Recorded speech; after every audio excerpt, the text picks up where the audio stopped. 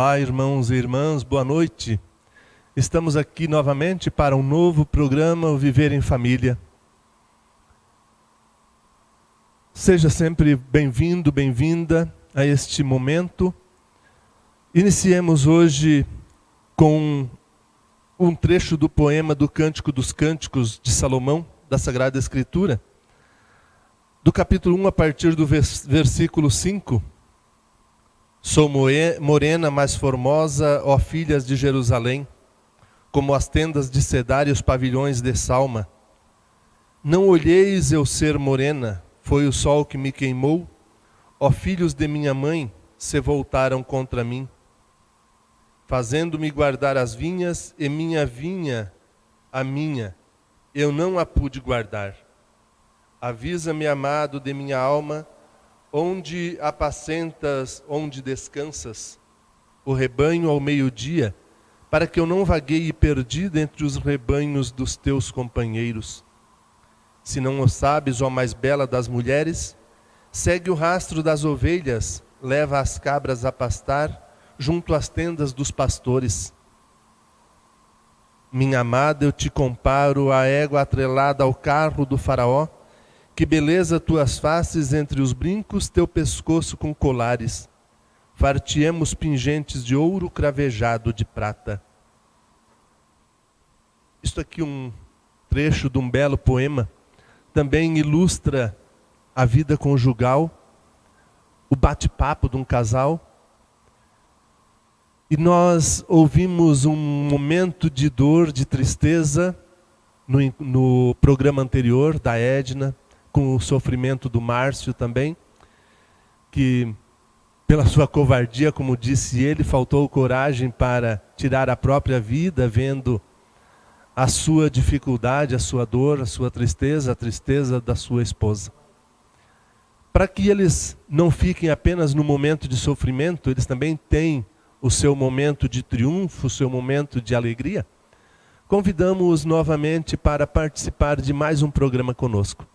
Podem chegar para cá, Márcio e Edna. Boa noite, sejam bem-vindos novamente para continuar o vosso belo testemunho e depoimento. Fiquem à vontade, vocês já conhecem o caminho das pedras, agora é só continuar.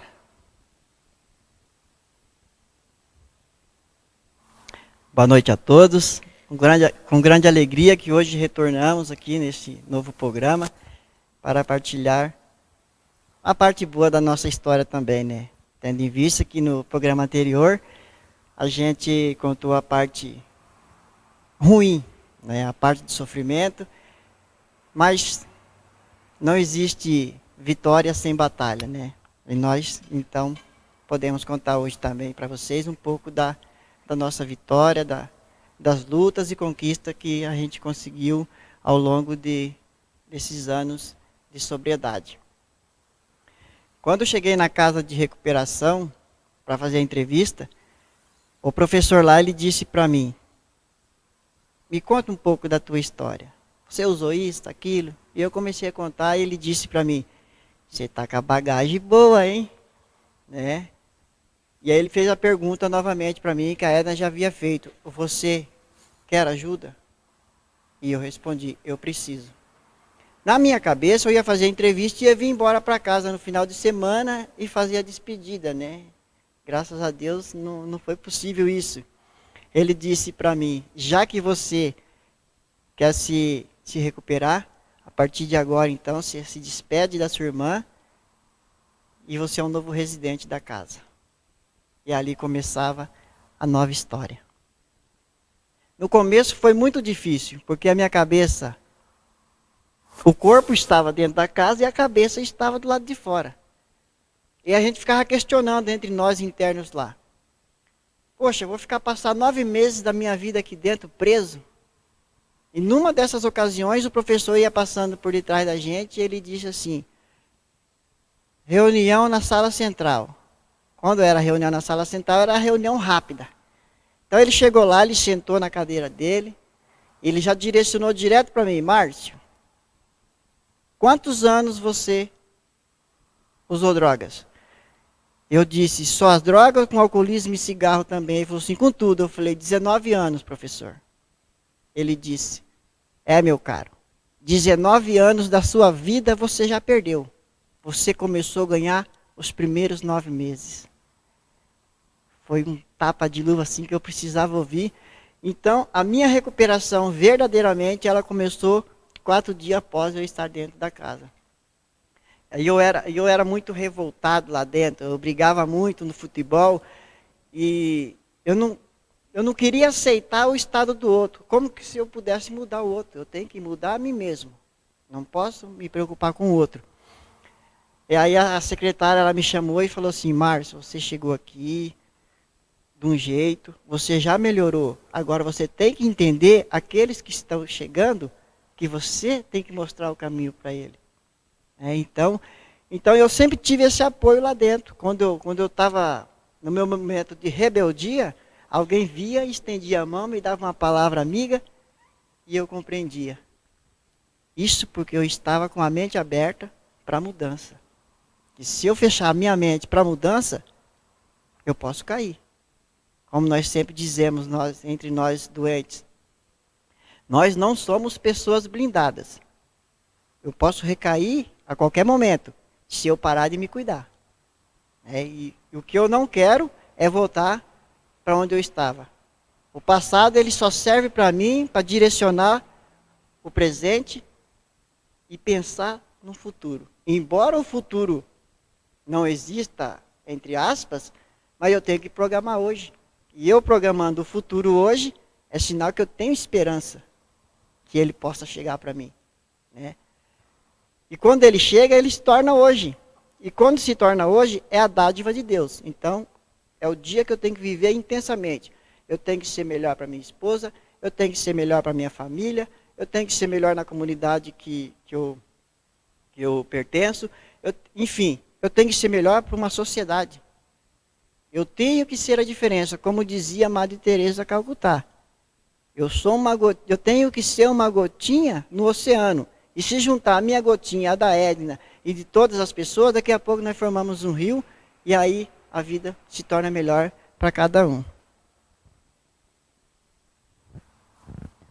E quando o Márcio entrou na casa de recuperação, então ele era só batizado. Foi batizado e não teve os outros sacramentos. E ali ele começou, nessa casa de recuperação, lá tem a capela, tem o Santíssimo. Então, assim, é uma casa bem voltada, assim, à religião, principalmente católica, né? E ele, então, começou a fazer a catequese, fez retiros, e quando eu ia visitá-lo lá, assim, sempre notava uma diferença, porque ele já estava diferente sempre. No primeiro mês, a gente eu não podia visitar, mas eu ligava para saber como que estava, eles me davam informações. E de umas vezes lá, já final do mês, assim, do primeiro mês, quando eu liguei, o coordenador falou assim para mim, eu perguntei assim, vivia preocupada, achando que só eu cuidava bem do Márcio. Então, quando eu perguntei se ele estava bem, era o horário da janta deles lá na casa de recuperação, e o coordenador ainda brincou comigo, ele falou assim, olha, ele deve estar bem, porque ele já está no 5º prato de sopa. Eu falei, ai meu Deus do céu, né? E daí levei mais um susto depois, quando ele foi internado ali em maio, e a primeira visita foi bem no Dia dos Namorados. E quando eu recebi uma ligação no meu celular, pedindo para mim que eu levasse roupas para ele, porque ele estava sem roupa. Eu falei, mas como assim? Ele levou algumas roupas, né? E daí eles deram a oportunidade para ele falar comigo um pouquinho. E ele falou assim, não, me traz aquelas roupas maiores, né? Eu falei, mas o que está acontecendo lá, né? Então, quando ele foi internado, ele era um fiapo de gente, né? Então, quando eu levei algumas roupas, quando eu cheguei lá, assim, eu falei, não é o mesmo Márcio que eu deixei aqui. Ele estava, assim, bem diferente, um semblante diferente, corado, assim, um pouquinho mais gordinho. Então, era uma outra pessoa já. E num dos momentos que a gente teve nesse primeiro dia, que eu tinha recebido uns 15 dias de internamento dele, eu recebi uma carta em casa, que ele tinha me mandado. Quando eu recebi a carta, ainda falei assim, pensei comigo, o Márcio aprontou lá. Mas quando eu abri a carta para ler, bom, eu desaguei a chorar porque fiquei bem emocionada. Talvez me emocione de novo. Era um pedido de perdão, né, pelos momentos que a gente tinha vivido, pelas faltas de diálogo, por tudo que a gente tinha passado naquele período de 5 anos. Mas eu pensei assim, escrever uma carta é fácil, quero ver ele falar isso olhando meus olhos, né? E desafiei ele no dia que eu fui lá. Daí, como eu passei o dia com ele, daí tem um momento às 3 horas da tarde, lá à tarde, tinha um momento com as famílias que estavam visitando, e cada interno fazia uma acolhida, uma oração. E naquele momento o Márcio pediu licença para a coordenação da casa, ele se pôs na minha frente, e ali ele pediu perdão, assim, na frente de todo mundo. Então, assim, nossa, foi assim uma prova de amor, né? E depois daquele tempo, daquele dia, então a gente começou, ali que a gente começou a ter diálogo, a gente começou a fazer planos, e com o retiro que ele estava fazendo também, então as coisas foram se abrindo para a gente. Então a gente daí, uma das coisas, assim, para mim, foram 9 meses de internamento, eu fiquei em casa sozinha, tinha a família, a minha tia, tudo, mas a gente morava em casa separada. Então, assim, o que me fortalecia, eu ouvia muito os testemunhos, as palestras do Padre Léo, na época, que me ajudava a esclarecer, porque eu não entendia muito o que era um alcoolismo, o que era o alcoolismo, a doença do alcoolismo. Eu achava que não era uma doença, que quando quisesse sair, saía né, do alcoolismo. E, então, assim, fui me aprofundando mais também. Também fui procurando, assim, me ajudar para entender tudo isso. E na casa de recuperação, então, a gente começou assim, a gente teve mais diálogo, foi ali onde que a gente aprendeu a ser mais casal. E a gente começou a fazer os planos. O que a gente pensava e conversava muito? Que a gente, quando saísse da casa de recuperação, a gente não poderia ter o Márcio não poderia ter a mesma convivência que ele tinha. Infelizmente, a gente ia ter que procurar outros grupos, procurar ir para a igreja, fazer alguma coisa de casal, que estivéssemos juntos, e fazer alguma coisa que a gente pudesse crescer juntos. E aí começava a nova história, né? Como ela disse, de a gente ir para uma comunidade, fazer algo de casal junto, essa era a proposta, né? E a proposta se tornou um propósito. E o bom do propósito, quando a gente se propõe, a gente não pode voltar mais atrás, né? É para a vida toda. Então ali, depois que logo mais à frente que a gente sair da casa de recuperação, aí então a gente começou a concluir esse propósito. Mas voltando um pouquinho atrás, quando eu fui internado no mês de maio, era uma sexta-feira, e no domingo seguinte era o Dia das Mães. E eu sempre ajudei minha mãe, assim, todo ano, mesmo na vida ativa, eu estava para ela, assim, uma lembrancinha, alguma coisa, e nesse ano, então, eu não pude. Aí eles abriram uma sessão para ela ir nos visitar a família. E quando ela chegou, eu fui de encontro com ela, a primeira coisa que eu disse: mamãe, me perdoe. Esse ano eu não vou poder te dar uma lembrancinha, te dar um presentinho, porque eu estou internado. E ela disse: meu filho, o maior presente que você está me dando é se recuperando. E essas palavras que ela disse, eu nunca esqueço. É exatamente nesta sequência. Isso me deu força no início, me dá força hoje e sempre. E entre outras situações que aconteceram e que acontecem, que faz com que eu permaneça firme na caminhada. E aí você passou os 9 meses, precisou dos 9 meses para a recuperação, recuperou-se, recebeu os sacramentos dentro da casa. Como é que foi, Márcio? Saiu depois, aí passou a frequentar a igreja? Conta um pouco isso para nós, por favor. Permaneci os 9 meses na casa. Quando eu comecei, foi um dos propósitos, né? Como eu nunca havia feito nada na minha vida por completo, eu falei assim, então eu vou fazer os 9 meses completos da recuperação, independente do que vai acontecer depois. Esse é o meu primeiro objetivo, e assim eu fiz. Legal. Nós vamos para um intervalo, 1 minuto mais ou menos. Daqui a pouco a gente volta para ouvir o restante da história, dessa bela história, né? Sobretudo de amor, demonstração de amor, Edna, e o esforço do Márcio também como prova desse amor também. Ver a fé, partilhar, viver com alegria cristã, dar risada, se emocionar, fazer a festa. Paróquia que pula, canta, aclama Jesus Cristo. Uma comunidade vibrante e radiante no amor de Maria, que gosta de estar junto com todos. Afinal, nossa paróquia é para todos. Lugar de família, feito por famílias, para todas as famílias. Um lugar de aconchego, de acolhida e de esperança. É a casa da mãe que espera seus filhos e que os recebe de braços abertos. Uma igreja, aliás, uma só igreja. Um só batismo, um só povo, um só ideal. Evangelizar. Juntos somos mais. Faça parte desta família chamada Paróquia Nossa Senhora Aparecida. Olá, amigos, olá, família amada. Estamos de volta para ouvirmos o desfecho da história de amor, Edna e Márcio, e a história da sua superação. Porque às vezes a gente ouve histórias de pessoas que se envolvem no mundo das drogas em geral, né? E aí o que é comum a gente ouvir dizer, quem se envolve com as drogas, caixão, como que é? Cemitério ou cadeia. E aí, como é que foi a história, Márcio? Continue para nós mostrar que nem tudo é só cadeia ou cemitério.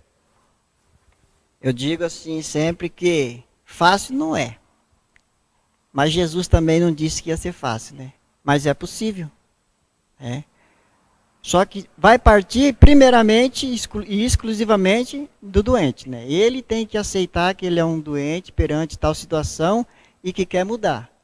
Tendo isso na mente, ele vai conseguir. Né? E quando eu implantei isso, tem um amigo meu que diz assim: às vezes eu até tenho vontade de beber, mas o desejo é maior de não beber. O desejo supera. E quando a gente bebia era o contrário, né? O desejo era de beber e a vontade era de parar. E aí, no sentido inverso, não funcionava. Então, e dando sequência, então, né? Quando foi para casa de recuperação lá agora na parte, acredito que é a parte melhor da história, que é a parte que eu digo vitória, né? Que quando passado 9 meses, dia 2 de abril, eu retornava para casa de recuperação. E eu via assim muitas pessoas que voltavam, às vezes caído. E eu questionava muito essas pessoas. E eu disse: você não está levando a sério. E aí quando foi no dia 2 de abril, 2, 3 meses depois após a minha saída da casa de recuperação, estava eu lá retornando.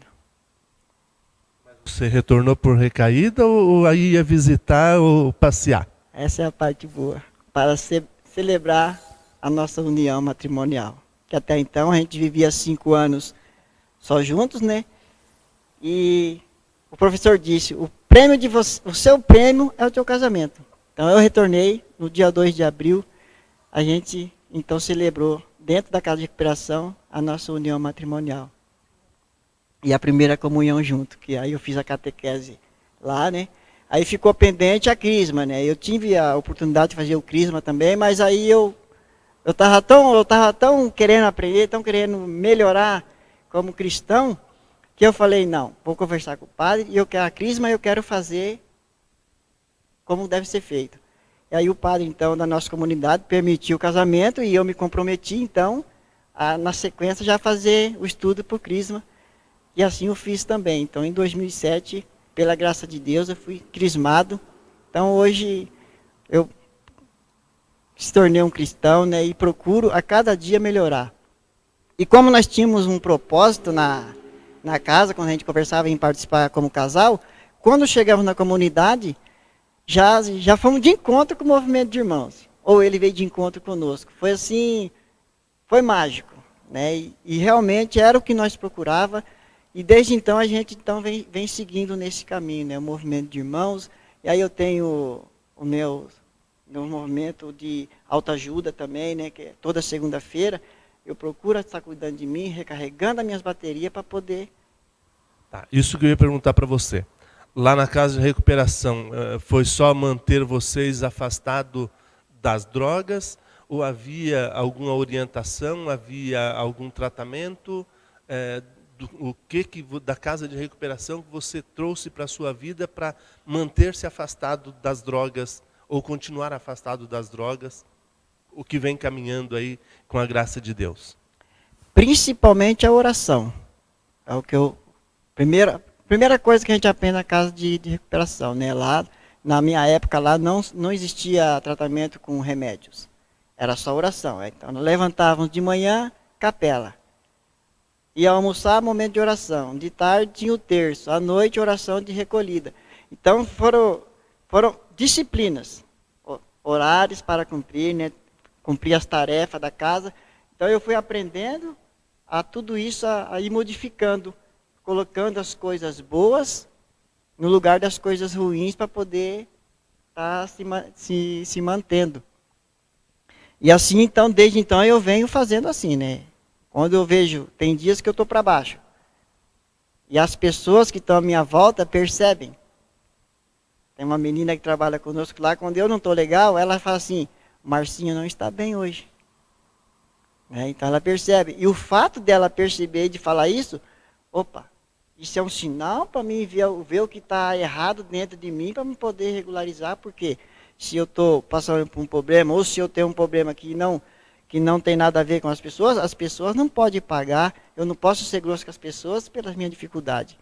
Por que acontece isso, esses altos e baixos? Porque, quer queira, não, o álcool, ele fez algumas modificações em mim, né? Ele alterou meu comportamento. Márcio, você acha que você se tornou essa pessoa dos 9 anos, ali que você começou a usar o cigarro, até 20 e poucos anos, até o tratamento na casa de recuperação, por sua causa, ou faltava uma estrutura familiar, faltou orientação de pais, de mãe, ou dos pais, ou o pai e a mãe, né? Ou faltou um pouco de acompanhamento, às vezes, dos próprios irmãos, ou às vezes peso dos irmãos nessa sua derrocada, né? nesse descer a ladeira aí. Você acha que se a sua família fosse diferente, a sua caminhada poderia ser diferente? Possivelmente sim, né? Então, como não tive muita estrutura, a gente não tive assim dos meus pais, porque o meu pai também era alcoólatra, né? E meus pais se separaram, eu tinha 3 para 4 anos de idade. Aí eu fui criado com o meu avô e com as tias. E aí, então foi ali que elas me direcionavam, mas aí não tinha aquela cobrança, né? Não sei, tem que seguir esse caminho, né? Embora eles seguiam. E eu lembro assim, chegar a final de ano, eu podia tomar um vinho, eles deixavam. Né? E numa ocasião eu tomei quase 2 litros e passei mal. Só que eles achavam graça, né? Talvez por ignorância, não sei, ou eu acredito que não por maldade, né?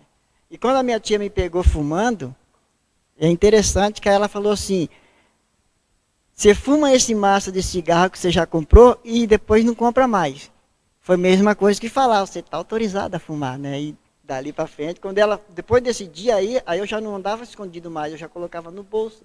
E aí o meu avô, ele quando ia comprar cigarro, já falava, traz um maço para você e um maço para o teu irmão.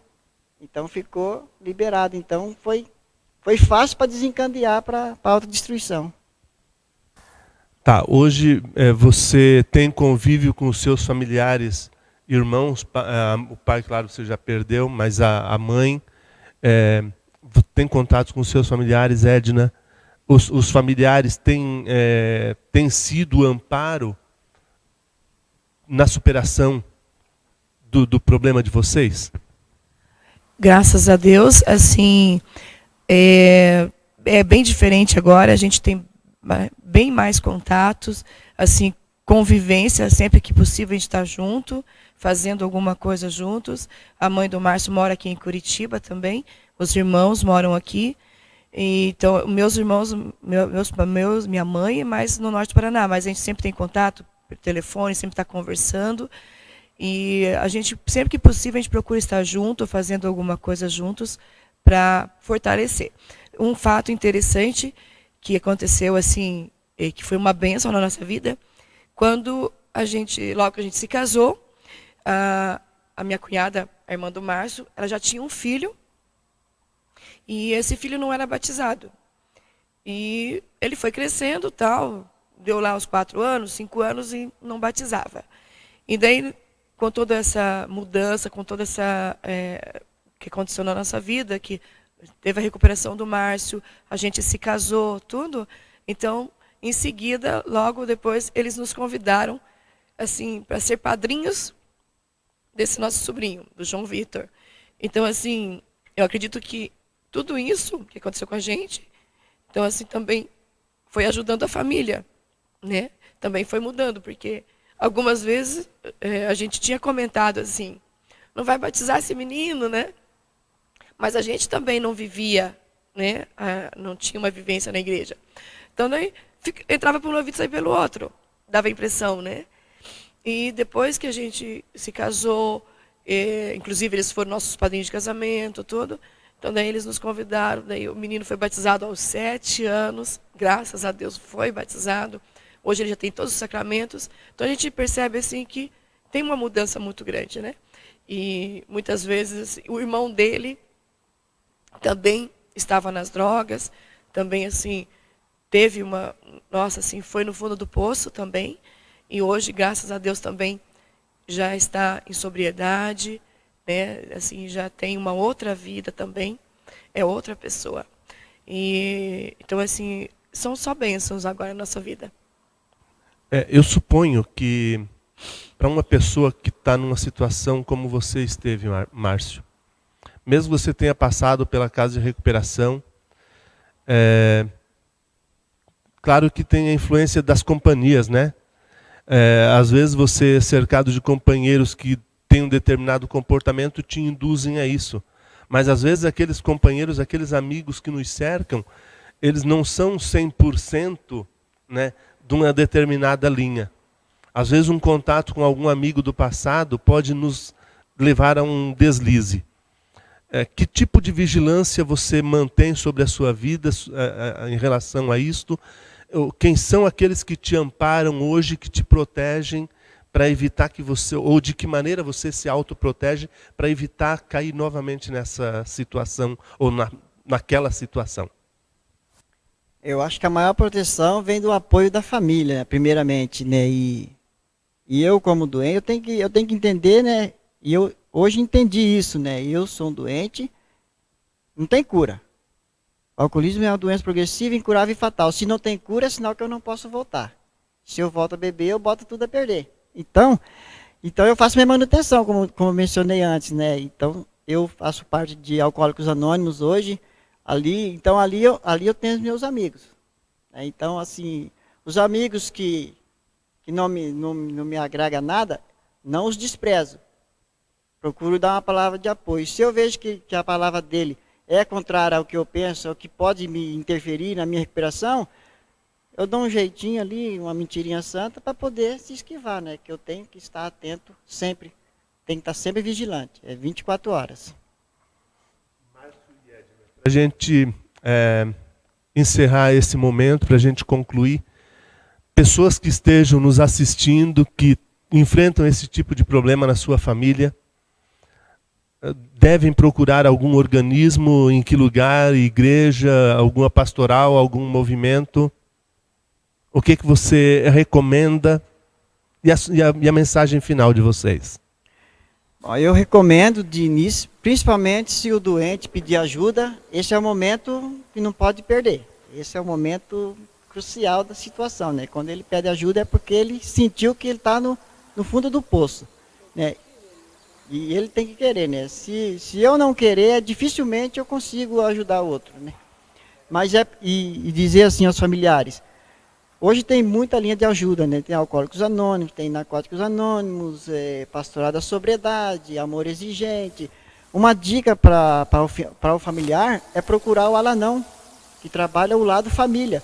Que aí a família fica codependente na situação e às vezes não sabe como lidar ali na situação. Então, lá eles vão direcionar as dicas melhores também para como a pessoa agir diante da pessoa doente. Márcio e Edna, uma belíssima história de vocês, a história de amor, de superação, de perseverança, de persistência, da parte da Edna principalmente, né, Márcio? Porque essas nossas mulheres que às vezes nos toleram, nos suportam como somos. Há casos, claro, que o homem também tem que ser forte, saber se segurar. Mas agradeço a vocês a disponibilidade de estar aqui com a gente. Espero que, de repente, nós possamos contar com vocês novamente, que vocês estejam dispostos a ajudar famílias que enfrentam esse tipo de problema. Muito obrigado a vocês. Deus abençoe vocês.